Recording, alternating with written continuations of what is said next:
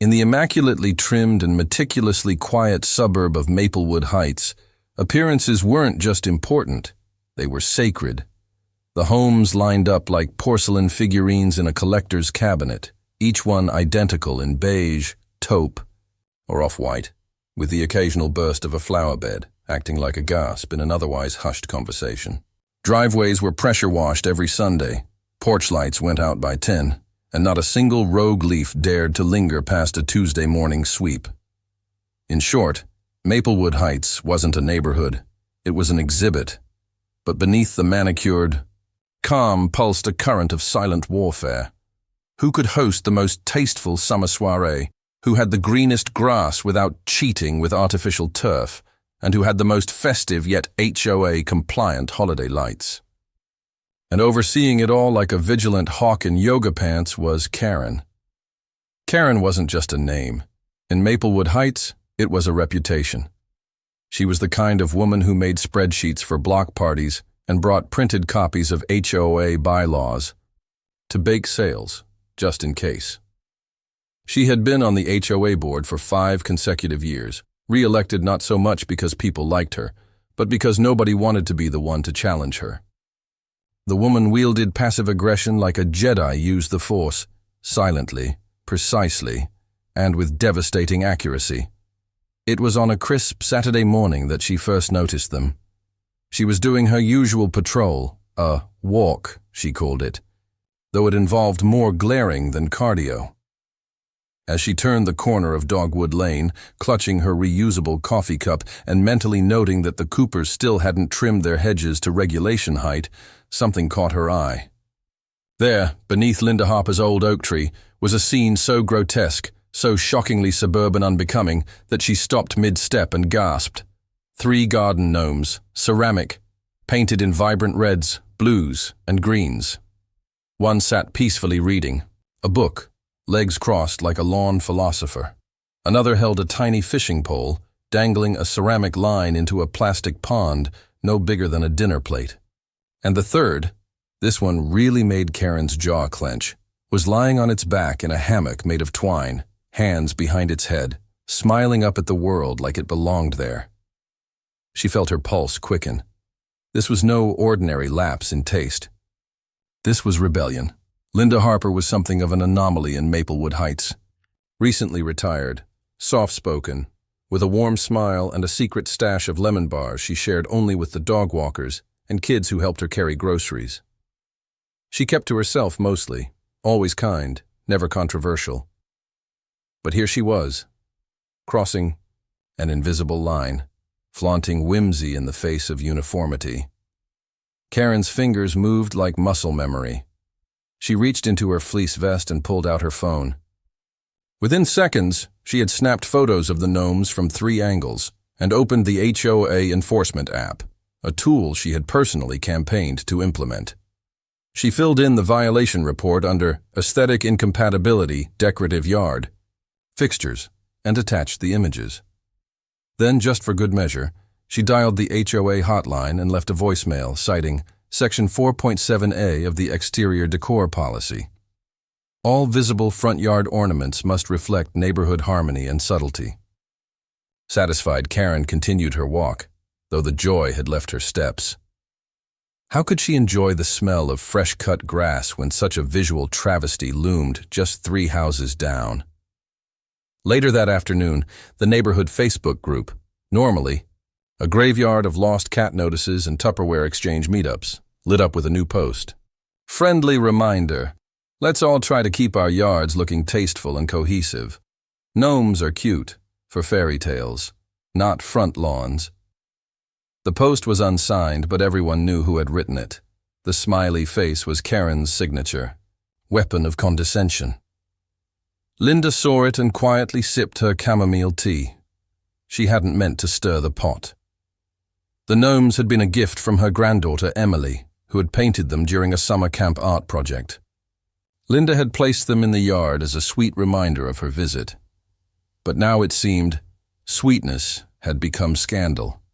She didn't respond to the post. But as she stepped outside that evening to water her hydrangeas, she felt the eyes of the neighborhood on her. The Johnsons' blinds twitched. The Henderson twins giggled from their scooters. Even Mrs. Beasley, who hadn't spoken since 2017 when someone parked too close to her mailbox, gave Linda a look as she passed.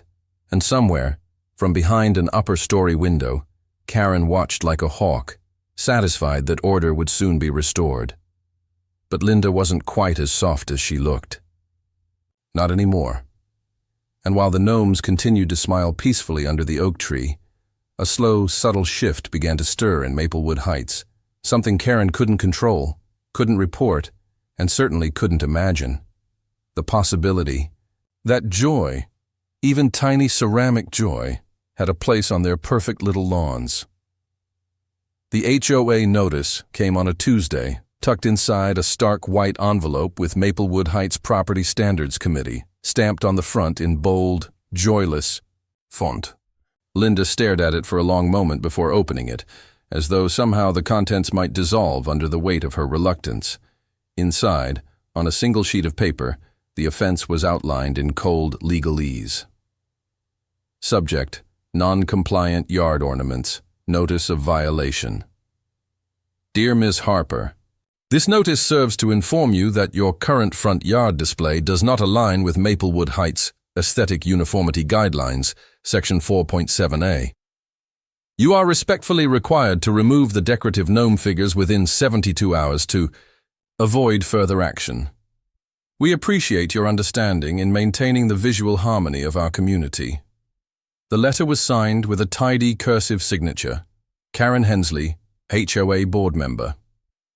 Linda folded the letter slowly, her fingers lingering on the creases. She wasn't angry exactly, at least not in the explosive way she imagined Karen would be if the situation were reversed.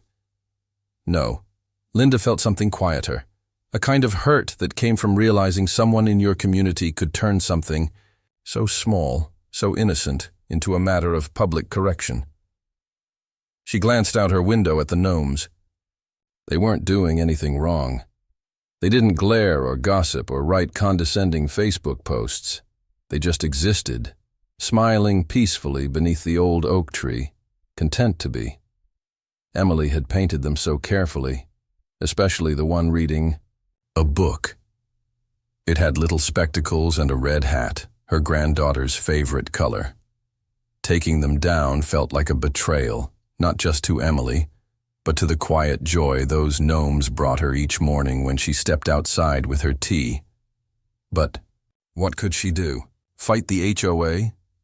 She'd seen Karen in action before, how she'd hounded the Parks family for planting petunias a shade too bright, or the time she threatened to fine Mr. Lee for hanging wind chimes that made excessive musical noise. Karen didn't bend, and she certainly didn't lose. So Linda said nothing. She didn't respond to the post or call the hotline. She just sat with the letter on her kitchen table, sipping tea, and wondering what kind of place Maplewood Heights was becoming if kindness and small personal joys had no place anymore. That Thursday was wine night, an unofficial tradition among a few of the neighborhood regulars who were brave enough to gather on neutral turf. The end of the cul-de-sac. Under the guise of watching the sunset or letting their dogs mingle. Linda didn't usually attend, but this week she brought a bottle of Pinot and her folding chair. She didn't mention the letter. She didn't have to. Everyone knew. Marcus was already there, leaning against the open trunk of his old hatchback, with a red Solo cup in hand. Marcus was the neighborhood's unofficial information pipeline. By day, he walked dogs for a living, a gig he picked up after leaving a marketing job that, in his words, sucked the soul out of my eyeballs. But his real talent was knowing exactly what was happening on every street in real time, without ever seeming nosy. "Hey, Linda," he greeted, gesturing to the open chair next to him. "Heard you've got some rebellious gnomes on the loose." Linda gave a dry chuckle and poured herself a generous glass. "Apparently, they're disrupting the harmony of the universe," Marcus sipped. "You know what really disrupts harmony?" He tilted his head toward the back of the cul-de-sac, toward Karen's two-story Tudor-style house. 12 plastic flamingos, bright pink, lined up like they're in some kind of synchronized dance routine, all right there in her backyard. There was a pause. 3 other neighbors turned their heads in unison. "What?" Linda said, blinking. "Oh yeah," Marcus continued. "Been there for at least 6 months. I saw them when I went to drop off her labradoodle after a walk. I don't think she realizes you can see them from the sidewalk if you look just right through the fence slats." A low buzz went through the group. Margaret, the unofficial record keeper of HOA decisions and possessor of a near photographic memory, furrowed her brows. Section 4.7a applies to all visible lawn decor, she muttered, recalling the wording from the HOA's laminated guidebook. Visible is visible, front or back. Linda raised her eyebrows. You're saying Karen has a literal flamingo army and she's calling me out for 3 gnomes? Marcus nodded, finishing his drink with a flourish. The irony practically tap dances. The next morning, Linda stood on the sidewalk outside Karen's property, coffee in hand, sunglasses shielding her eyes like a spy. From her angle, just between the slats of the side fence, she could see them. Not just 1 or 2, but 12. Flamingos, each perched on spindly metal legs, clustered around a bubbling fountain shaped like a leaping dolphin. It was absurd. It was glorious. And it was the exact kind of decor violation Karen had accused Linda of. Later that day, Linda uploaded a photo to the neighborhood Facebook group. It was artfully taken, not a full exposé, but just enough to show 4 of the flamingos and a corner of the dolphin's snout. Her caption was short and polite, almost too polite. Community standards should be applied equally. Right, Karen? The post exploded. Comments poured in like floodwater. Wait, is this real? Karen has flamingos? I thought she hated color. Is this why she voted against the garden gnome clause last year? Equal enforcement. For everyone. Period.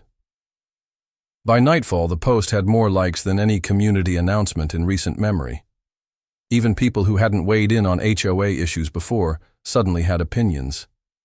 A few neighbors posted photos of their own decor, openly questioning what qualified as aesthetic disruption. It was subtle, but a storm was forming.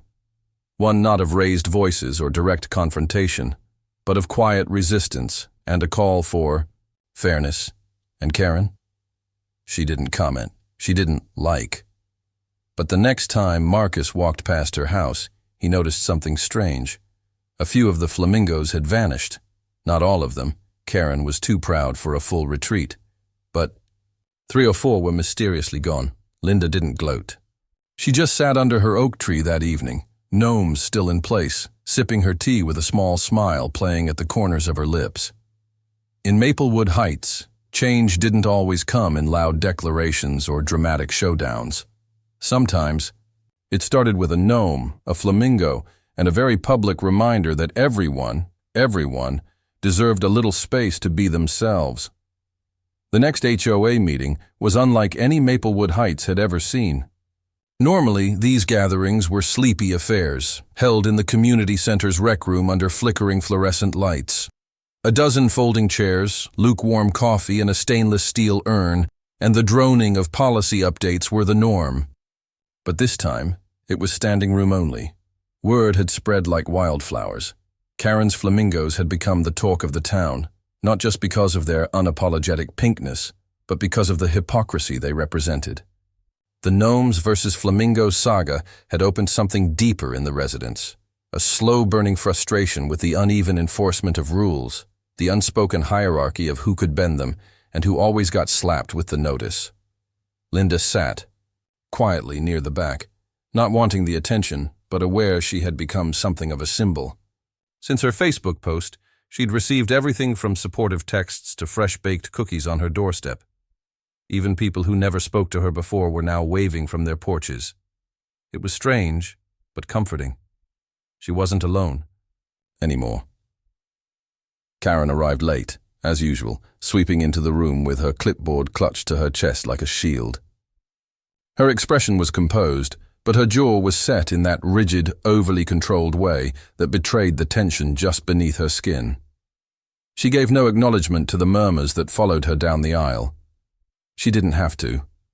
The whole room knew who she was and what she'd done or failed to do. The meeting began with the usual droning: budgets, lawn care bids, a discussion about repainting the clubhouse shutters. But the air was different tonight. The politeness was strained. Eyes darted to Linda, then to Karen, as if everyone was waiting for the moment to shift. It came during the open forum portion, an often ignored segment that usually consisted of Mr. Bennett asking for more mulch at the playground.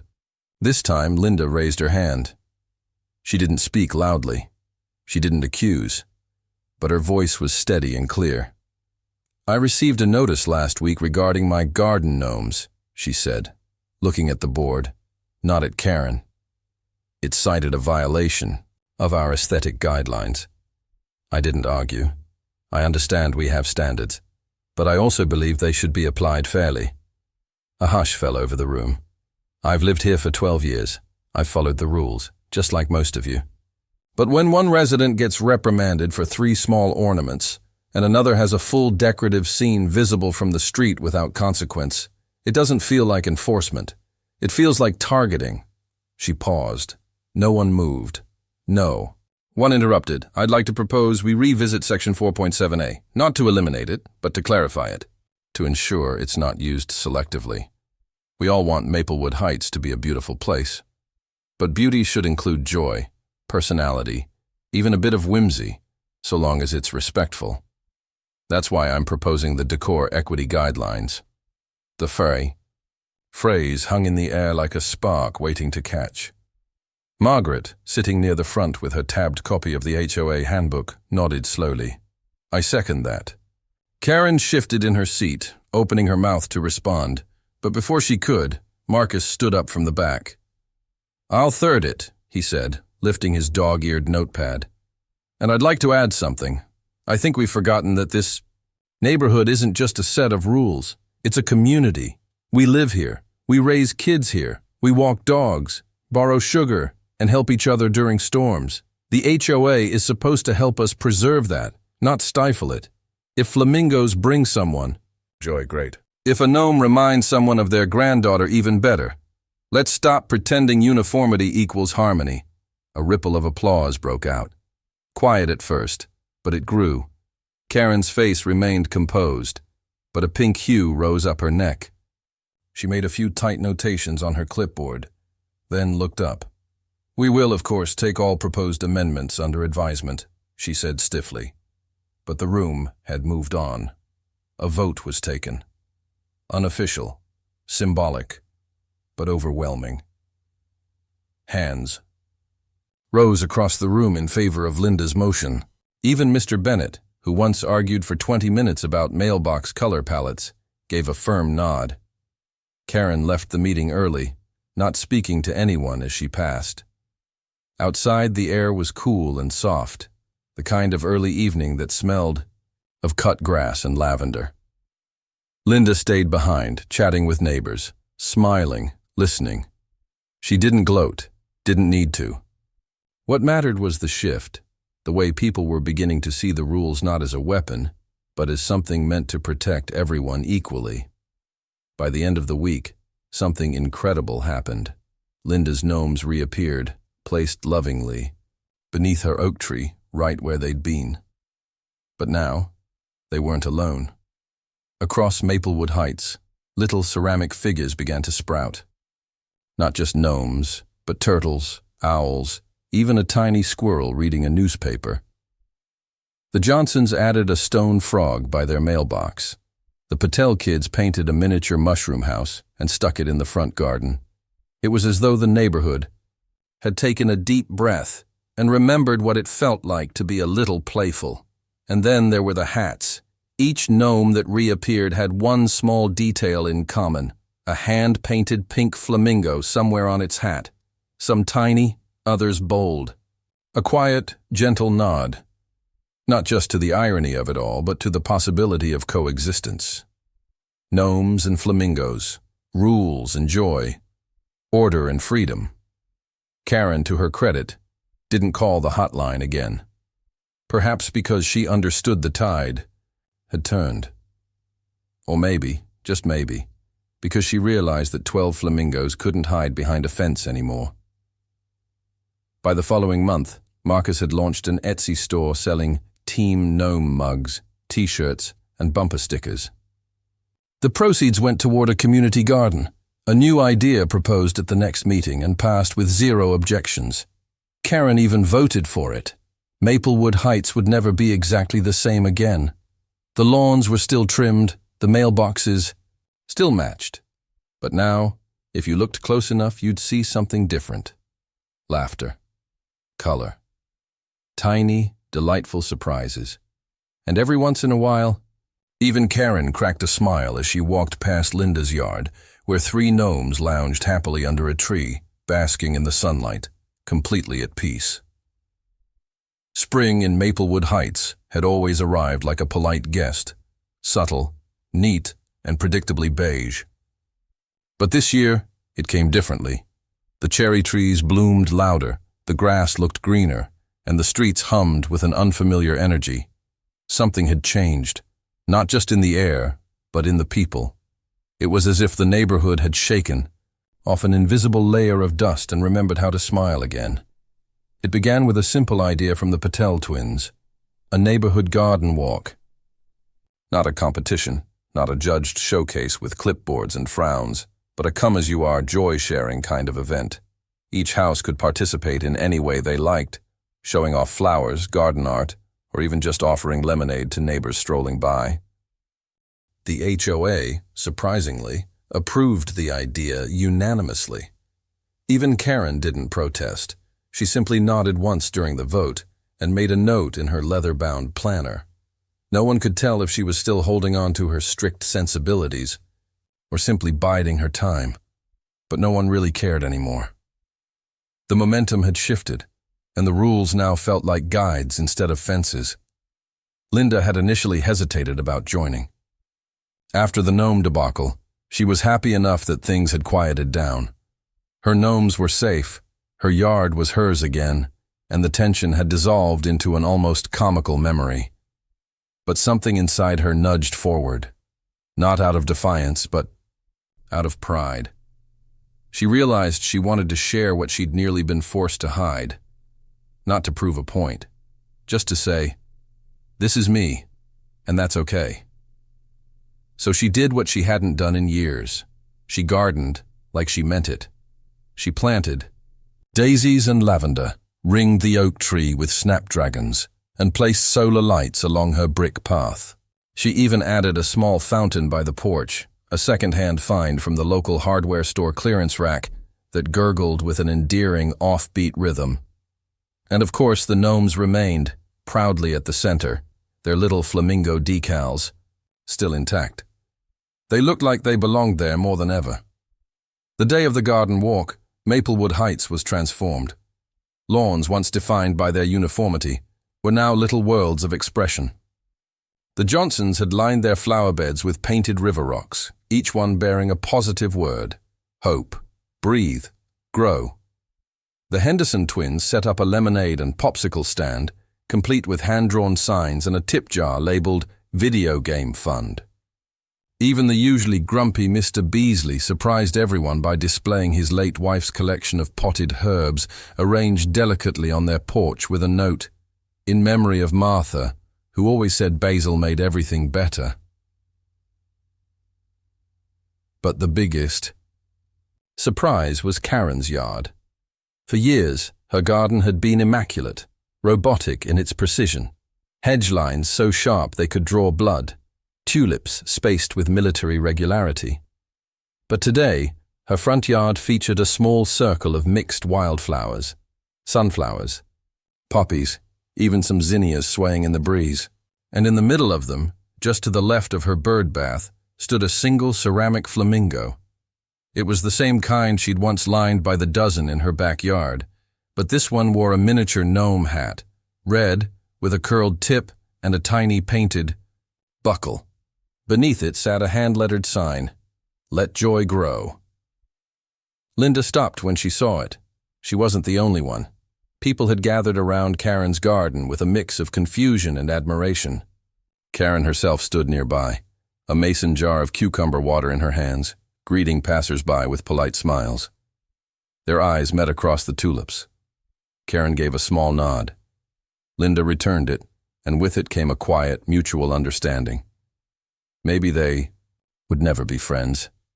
Maybe they'd always see the world a little differently. But in that moment, they both knew something fundamental had shifted, not just between them, but in the soil of the neighborhood itself. Later that evening, as the sun dipped low and the warm hum of community buzzed along the sidewalks, Marcus stood on a makeshift stage, a converted flatbed trailer at the end of the cul-de-sac. He held up a microphone, grinning like he'd just found gold in his sock drawer.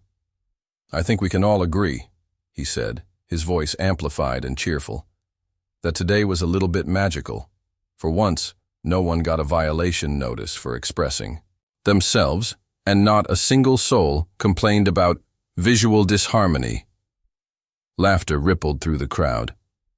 Marcus continued, "So, we've decided that this little garden walk is going to be an annual thing, but we're going to call it something special."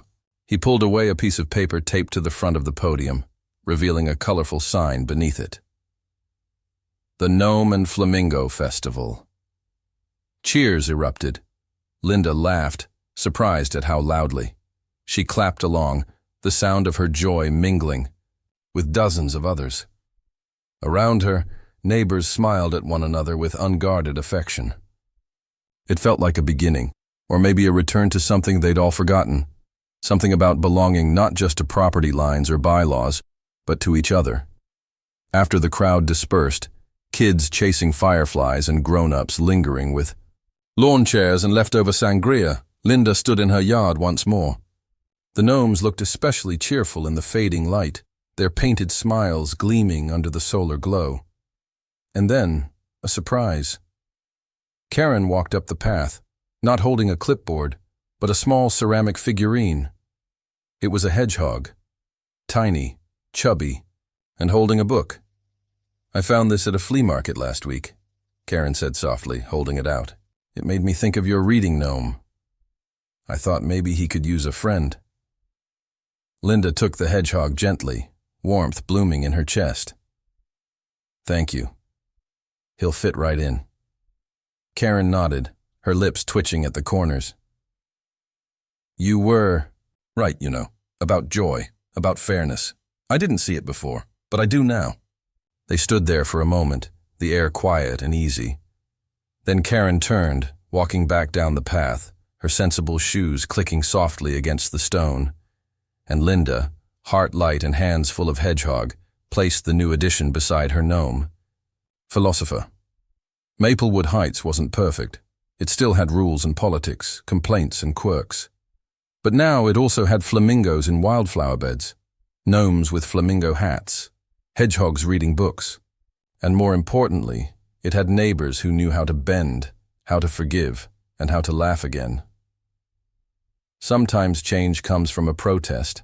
Other times, it comes from a gnome in a hammock, smiling up at the sky, asking nothing more than to be allowed to stay.